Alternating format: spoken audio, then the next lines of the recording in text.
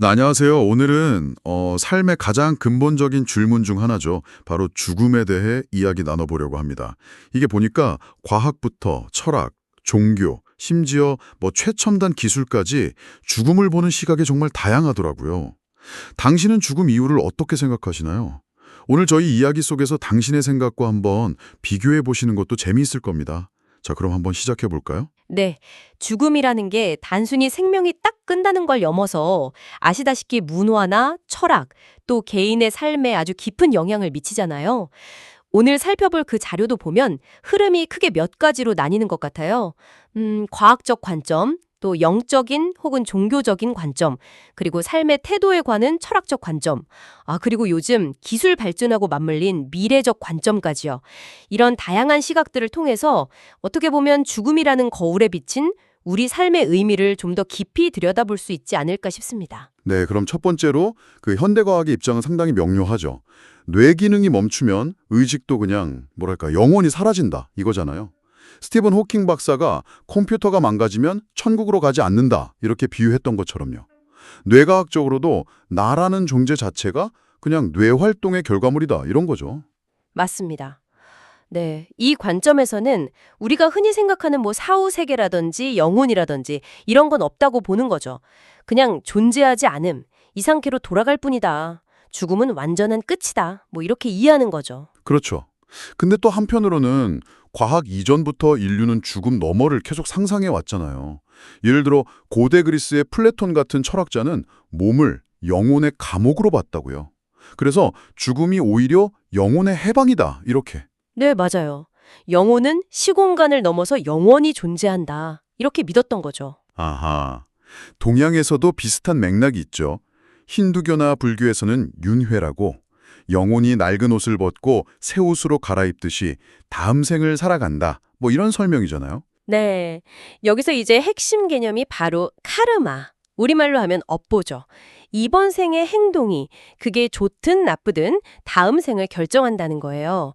근데 흥미로운 건 불교의 궁극적인 목표, 그 해탈이라는 거는 단순히 더 좋은 옷으로 갈아입는 게 아니라 이 옷 갈아입기 자체, 그러니까 윤회의 고리에서 완전히 벗어나는 걸 추구한다는 점이죠. 아, 그렇군요. 그 윤회 자체에서 벗어나는 거군요. 그리고 또 다른 큰 흐름은 종교적인 관점인데 기독교나 이슬람교 같은 경우 인생을 일종의 시험으로 본다는 거죠. 네네. 그래서 죽음은 답안지 제출하는 순간이고 그 결과에 따라서 천국이나 지옥으로 갈린다. 이런 명확한 심판이 기다리고 있다는 믿음이 있는 거고요. 네, 맞습니다. 죽음 직후에 바로 받는 개별 심판 개념도 있고 또 세상 끝날 때 있을 최후 심판 개념도 있고요. 이건 아무래도 현재 삶의 도덕적인 책임감, 이걸 굉장히 강조하는 관점이라고 할 수 있겠죠. 그러네요. 삶의 태도와도 바로 연결되는군요. 또 어떤 관점들은 죽음 자체를 대하는 태도에 초점을 맞추기도 하죠. 그 에피크로스 학파 같은 경우는 우리가 살아있을 땐 죽음이 없고 죽음이 오면 우리가 없다. 이런 말로 죽음을 두려워할 필요가 없다고 봤다면서요. 그렇죠. 중요한 건 지금 이 순간을 즐기는 것, 카르페 디엠이죠. 네, 카르페 디엠. 반면에 로마 황제였던 마르쿠스 아우렐리우스는 죽음을 기억하라, 메멘토 모리 이걸 되뇌면서 오히려 삶을 더 충실하게 살려고 했다고요. 네. 그러니까 죽음을 인식하는 것이 역설적이게도 현재의 삶을 더 가치 있고 의미 있게 만든다. 이런 철학인 거죠. 죽음이 그냥 피해야 할 대상이 아니라 오히려 삶을 비춰주는 거울 역할을 할 수 있다는 겁니다. 아, 삶을 비추는 거울이라 멋진 표현이네요. 그런데 죽음을 단순히 삶의 가치를 높이는 계기를 넘어 실존적인 의미 자체를 더 깊게 파고든 철학자들도 있잖아요. 니체 같은 경우요. 니체가 던진 그 질문, 만약 이 삶을 모든 고통과 기쁨까지 포함해서 영원히 반복해야 한다면 받아들일 수 있겠는가? 이거 정말 아찔한 질문 같아요. 그렇죠. 하이데거 같은 철학자는 인간을 죽음을 향한 존재로 규정하면서 죽음이 있기 때문에 오히려 삶이 유한하고 의미를 갖는다고 봤고요.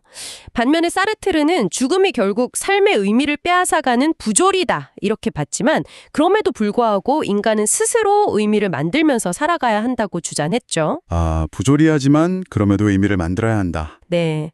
여기서 또 레비나스 같은 철학자는 나의 죽음보다는 저는 타인의 죽음이 우리에게 주는 윤리적인 무게, 책임감 이런 거에 더 주목하기도 했어요. 타인의 죽음이 주는 무게감. 그것도 참 중요한 지점이네요. 근데 요즘에는 또 새로운 관점들이 막 나오고 있잖아요. 특히 기술 발달하고 관련해서요.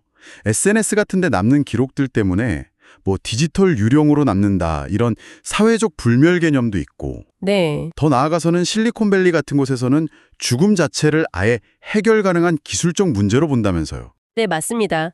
그 구글이나 아마존 창업자 같은 사람들이 실제로 막대한 돈을 투자하고 있잖아요. 노화 연구예요. 노화를 일종의 질병처럼 보고 이걸 정복하겠다, 극복하겠다 이런 거죠.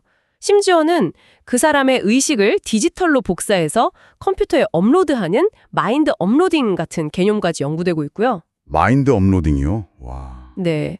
이건 죽음을 자연의 섭리로 받아들이기보다는 아예 정복해야 할 대상으로 보는 시각인 거죠. 이건 뭐 앞서 살펴본 여러 철학적 관점들이랑은 상당히 결이 다른 접근이에요. 어떻게 보면 죽음이라는 한계 자체를 기술로 넘어서려는 시도인데, 물론 이게 윤리적으로나 철학적으로나 굉장히 많은 질문들을 던지고 있죠. 와, 정말 숨가쁘게 여러 관점들을 짚어봤네요. 완전한 소멸부터 영원한 영혼, 또 끝없이 반복되는 삶, 그리고 이제는 기술적인 극복 시도까지. 결국 죽음을 어떻게 바라보느냐 하는 문제가 우리가 지금 여기서 어떻게 살아야 하는가 하는 질문과 정말 깊이 연결되어 있다는 생각이 드네요. 맞습니다. 정말 그렇죠. 죽음은 단순히 끝이 아니라 우리에게 삶의 유한함을 깨닫게 해주고 그럼으로써 삶의 의미와 가치를 계속 되묻게 하는 아주 중요한 계기가 될 수 있는 것 같습니다. 오늘 저희가 살펴본 여러 관점들 중에서 당신의 마음을 가장 끄는 것은 어떤 것이었나요? 마지막으로 아까 당시 언급했던 니체의 질문을 다시 한번 당신께 던져보고 싶습니다. 만약 당신이 지금까지 살아온 이 삶 전체를 정말 모든 기쁨과 슬픔, 사소한 순간들까지 다 포함해서 앞으로 영원히 무수히 반복해야 한다면 당신은 기꺼이 네 라고 외칠 수 있을까요? 아니면 혹시 무언가를 바꾸고 싶을까요? 이 질문에 대한 당신만의 답을 한번 찾아보시는 건 어떨까 싶습니다. 다음 시간에 또 흥미로운 탐구로 찾아뵙겠습니다.